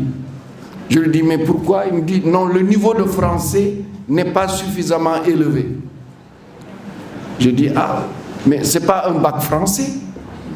Sinon, ils auraient fait le bac français. Alors, avec lui, on a échangé et puis on a fait venir le doyen de la faculté de lettres. On a eu une longue discussion avec lui pour qu'il comprenne la spécificité de ce bac. Et heureusement, il est reparti et ça s'est bien passé. L'Assemblée de l'université l'a adopté. Et en juillet 2013, le décret a été signé en Conseil des ministres par le président de la République. Et j'ai saisi la session de remplacement du baccalauréat d'octobre 2013 pour que le bac arabe se tienne pour la première fois. Donc la première édition s'est passée en octobre 2013 durant la période de la session de remplacement. Et c'est heureux que maintenant c'est devenu évidemment un bac classique qui se tient avec les autres. Idriss Camara, je vous remercie. Je vous remercie beaucoup pour ces mots et vous félicite pour ce qu'a dit le directeur, ce que vous faites, parce que les élèves en ont besoin. Ils en ont vraiment besoin de cette aide. Au niveau de la recherche mathématique, j'en fais de moins en moins. J'encadre pratiquement plus de docteurs parce que mes élèves sont tous passés professeurs. Donc c'est eux qui encadrent les docteurs en mathématiques. Ils sont plus frais que moi, donc plus même intelligents que moi. Donc ils sont aujourd'hui, c'est eux qui font la recherche. Moi je fais beaucoup de promotion de culture scientifique. J'essaie de lier la science à nos questions culturelles que nous rencontrons chaque jour et nous ne nous apercevons pas des questions scientifiques qui sont en leur sein. Et je prends un exemple qui n'est pas un bon exemple. Quand on est dans un institut où on enseigne, comme on dit, un institut où on enseigne la religion, mais ça fait partie de nos cultures, de ce qu'on dit nos aades, nous les Peuls, en tout cas le Guissani. Le Guissani, ça fait partie de notre ade. Évidemment, moi je ne fais pas de Guissani en tant que, comment on appelle ça encore? Chaque fois que j'explique, les gens me disent, mais il faut nous prédire l'avenir. J'ai dit non, moi je ne prédis pas l'avenir. C'est une technique, et cette technique, elle est importante parce que vous avez entendu parler de l'algèbre de Boole. Algèbre de Boole. L'algèbre de Boole, c'est simple. C'est comment écrire n'importe quel nombre avec 0 et 1. On va regarder, très simple. 0, c'est 0. Évidemment, 1, c'est 1. 2, comment j'écrirai 2? 1 et 0. Je vais écrire 2 que c'est 10. Je décrète que 2, c'est 10. 3, alors, va être quoi? Non. 3, c'est quoi? C'est 2 plus 1. Donc, c'est 10 plus 1. 3, c'est 11. 4, c'est quoi? 4, c'est 2 fois 2. 2 fois 2, c'est-à-dire 10 fois 10. C'est 100. 4, c'est 100.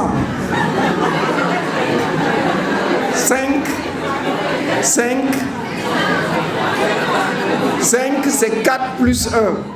Donc, c'est 101. 6, non.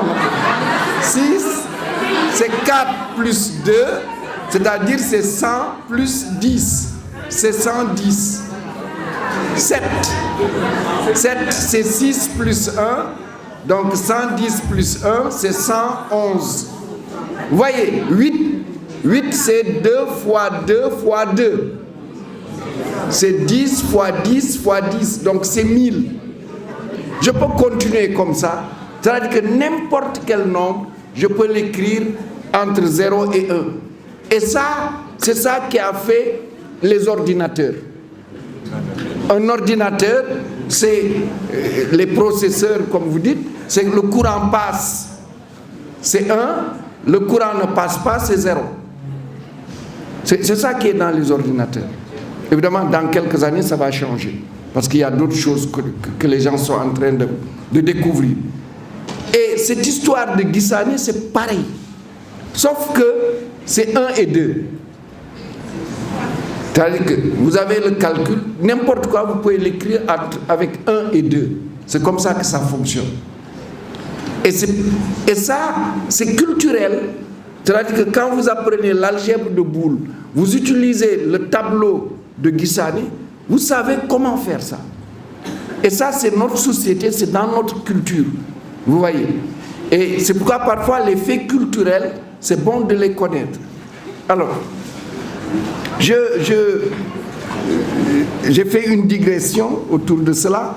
Mamadou Dia, alors, oui, notre système a besoin d'être rénové. J'ai déjà parlé de la rénovation philosophique générale. Un système qui ne produit pas l'être humain que nous sommes, ne s'enracine pas sur ce que nous sommes, évidemment, il faut le changer. Il n'y a pas ma langue, il n'y a pas ma religion, il n'y a pas ma culture. Deuxièmement, nous avons un système raide. Je dis comme ça, raide. C'est vrai qu'on a l'impression que j'ai quand je regarde les programmes, on a envie de mettre trop de choses dans la tête des enfants. Trop.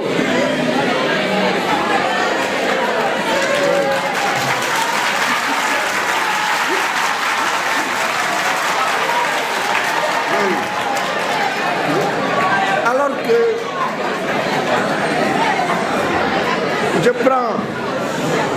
je prends très simplement, par exemple, l'élémentaire. Pour moi, l'élémentaire, il y a 3-4 choses qu'un enfant qui arrive en CM1 devrait maîtriser. La langue, il devrait la maîtriser. Il devrait maîtriser les mathématiques. Je ne dis pas le calcul, je dis les mathématiques. Parce qu'il y a une différence entre les mathématiques et le calcul. Les mathématiques, c'est devant une situation, apprendre à poser le problème, apprendre à utiliser les outils qu'on a pour le résoudre, c'est-à-dire raisonner. Il doit être capable de raisonner sur des questions de base. Ça, pour moi, ces choses-là, si l'enfant connaît ça, il a déjà les fondamentaux. Maintenant vient tout le vernis. Mais il ne faut pas que le vernis occupe la majeure place. Aujourd'hui, on voit et c'est valable parce que notre système est copié sur le système français. Au-delà de la teinte locale. En France, aujourd'hui, ils se rendent compte que quand les enfants arrivent en CM2, presque 28% des enfants ne savent même pas écrire correctement le français. Et là-bas, c'est en France. Donc, c'est un problème. Deuxième chose, nous ne spécialisons pas trop tôt. Parce que vous avez des gens qui ont un profil donné, qui aiment telle chose. Je prends un exemple. Quand on arrive au lycée en seconde, première, terminale, vous avez des enfants, ils aiment les maths, mais ils n'aiment pas la physique du tout. Mais dans notre système, ils sont obligés de colporter les maths et les physiques jusqu'en terminale. Évidemment, ça pose problème. Et j'ai appris, parce qu'il y a 1 an et demi, ma fille, la dernière, faisait la terminale S1. Donc quand elle faisait la terminale S1, je l'ai vu réviser histoire, géographie, réviser SVT. J'ai dit, mais qu'est-ce que c'est que cette histoire? Parce que, alors imaginez un élève de S1, il se tape les mathématiques, la physique, qui sont les matières principales, très difficiles, et il doit encore regarder l'histoire, géographie, SVT.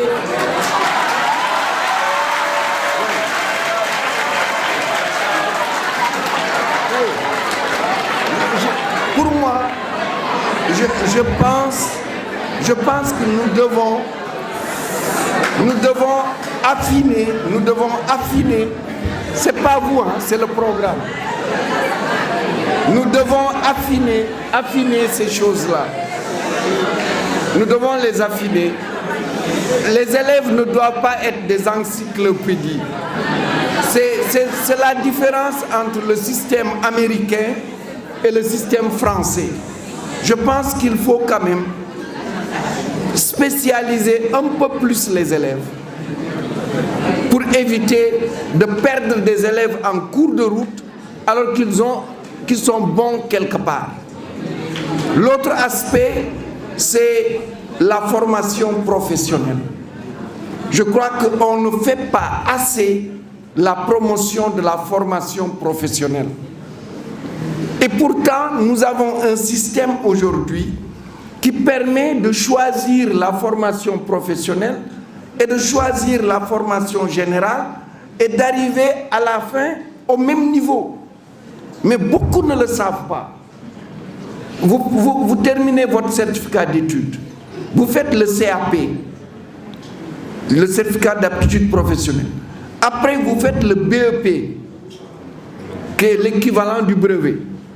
Après, vous faites le BT. Après le BT, vous faites le BTS, le DUT ou le DISEP.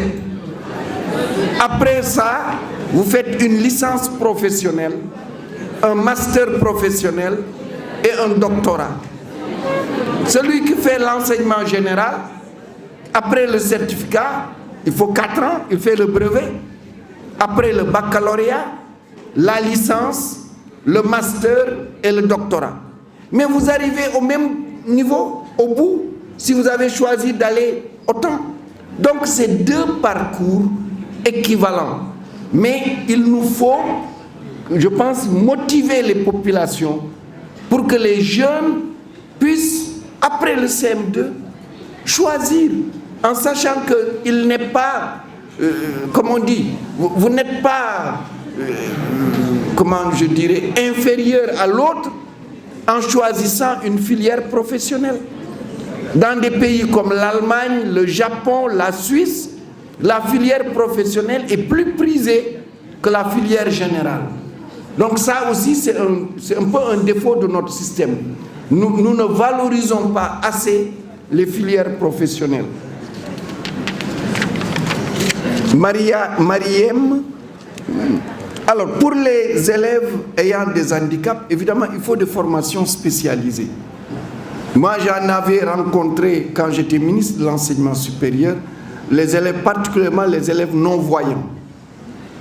À l'époque, quand ils faisaient le bac, il y avait des problèmes et nous avons fini par trouver une solution avec l'université Cheikh Anta Diop qui achetait les équipements pour le leur remettre, mais pour ceux qui avaient des préinscriptions à l'étranger où ils étaient mieux pris en charge, on leur donnait la bourse équivalente à la bourse d'excellence pour qu'ils puissent être évidemment dans de meilleures situations.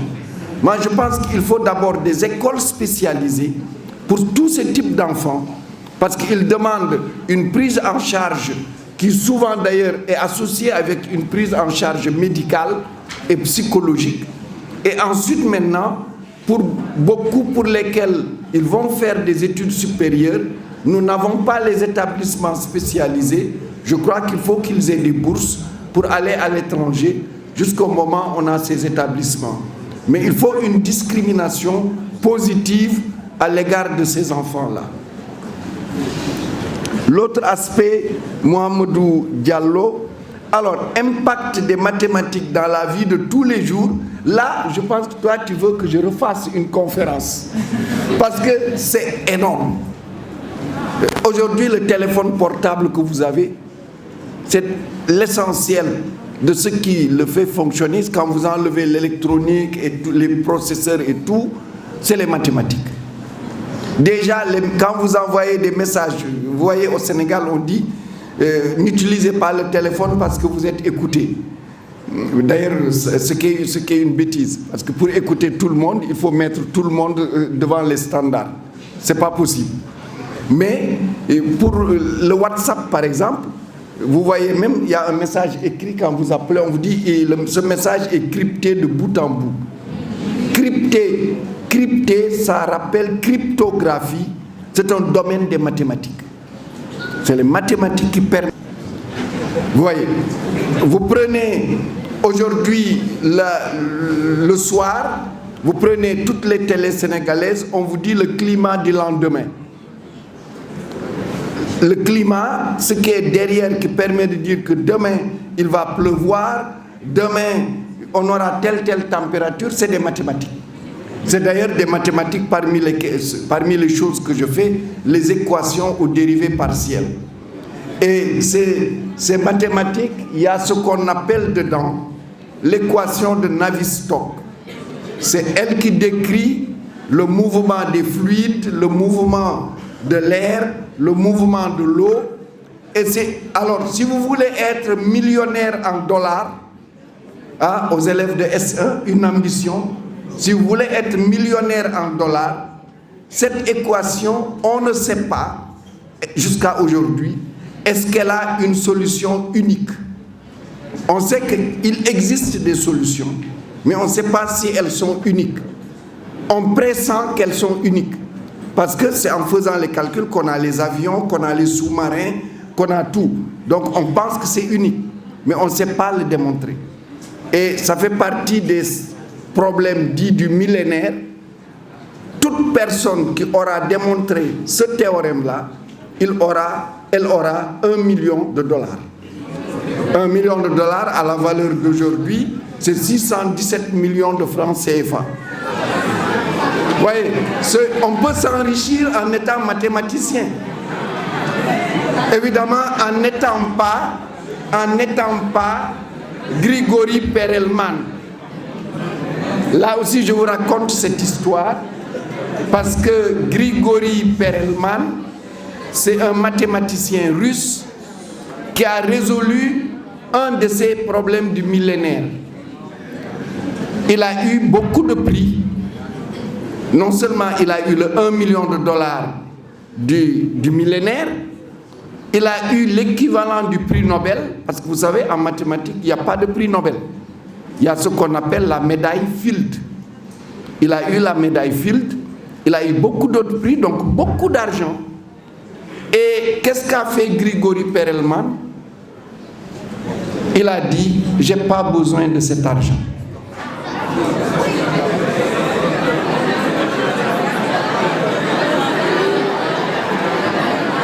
Et pourtant, écoutez bien, et pourtant, il vit à Saint-Pétersbourg avec sa maman ou sa grand-mère dans un petit appartement. Il a dit, c'est très important, je préfère l'honneur que m'ont fait mes pères, c'est-à-dire mes collègues mathématiciens, de reconnaître que j'ai trouvé ce résultat. Cet honneur me suffit.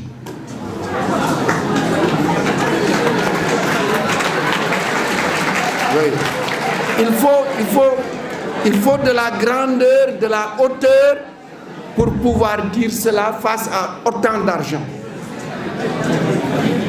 Alors, Aïssatou Niang, alors, pourquoi l'Afrique étant le berceau de la science? Oui, l'Afrique est le berceau de la science.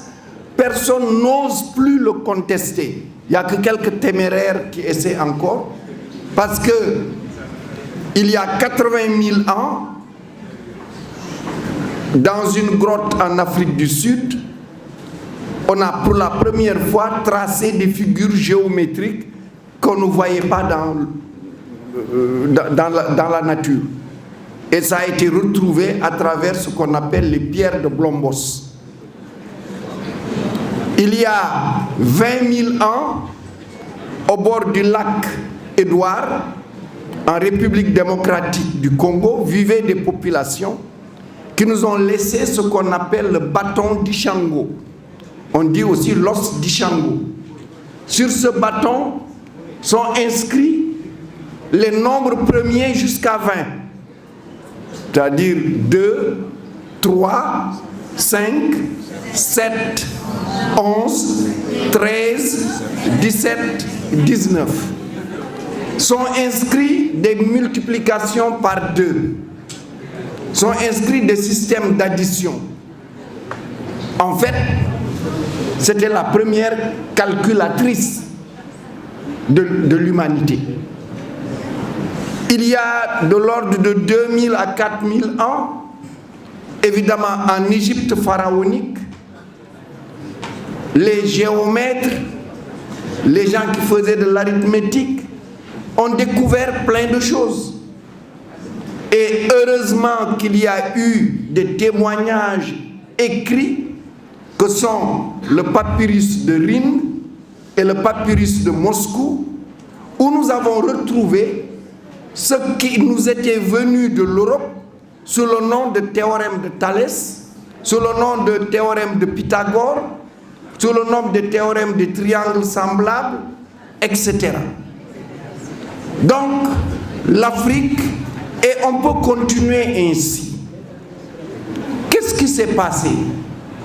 Je pense qu'il y a eu la grosse rupture de l'esclavage. Ça, il ne faut pas l'oublier.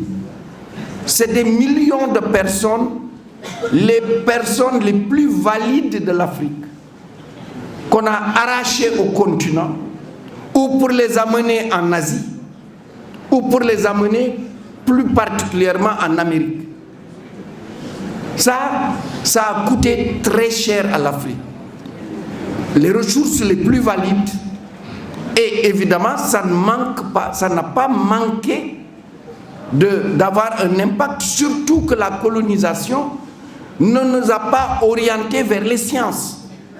La colonisation, quand les écoles françaises ont commencé chez nous, ou anglaises ailleurs, c'était pour former des gens pour administrer les territoires et gérer ce dont avait besoin le colonisateur. Le retour à la science est récent. Et encore aujourd'hui, les politiques chez nous ne valorisent pas la science et la technologie. Et c'est ça le problème. Les pays asiatiques, eux, dès 1960, ont compris, on met la priorité à l'éducation, à la science, à la technologie, à la recherche et à l'innovation. Aujourd'hui encore, même au Sénégal, des gens vous diront, il n'y a rien à chercher, il faut juste appliquer. Mais c'est une grossière erreur. Donc je pense qu'il y a des choix politiques. Nous ne sommes pas plus mauvais que les autres, mais juste que nous n'en faisons pas une priorité. Et si on en fait une priorité, les choses vont changer. Vous savez, les Asiatiques, moi j'aime bien comment ils font. Ils se mettent en groupe.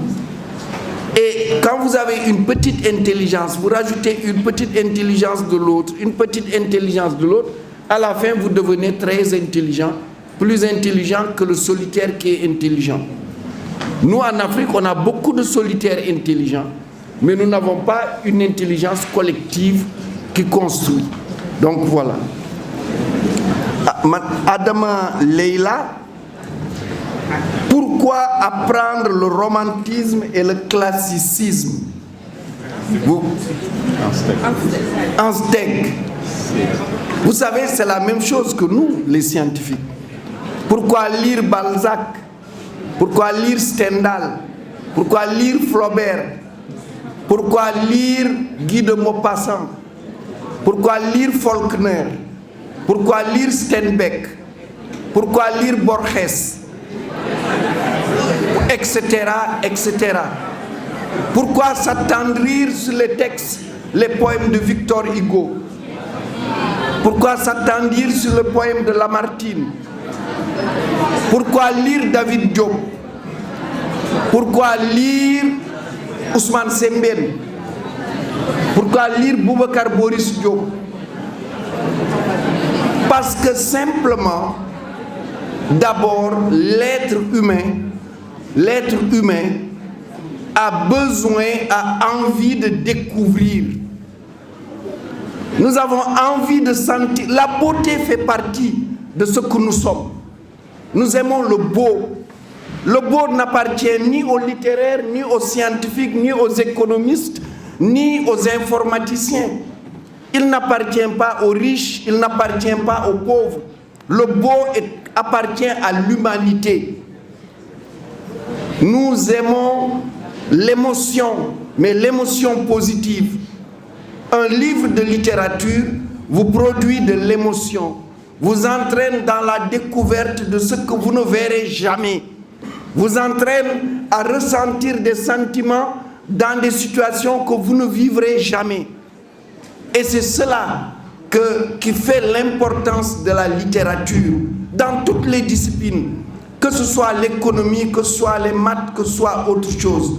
Et ce ressenti-là, il fait partie de ce qui vous renforce, de ce qui vous donne force pour vivre plus et faire mieux. Donc, ce n'est pas du superflu, même si ça peut paraître peu utile dans la discipline que vous faites.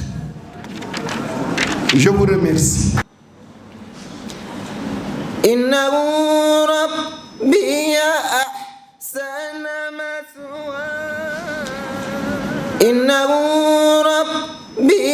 أحسن مثواي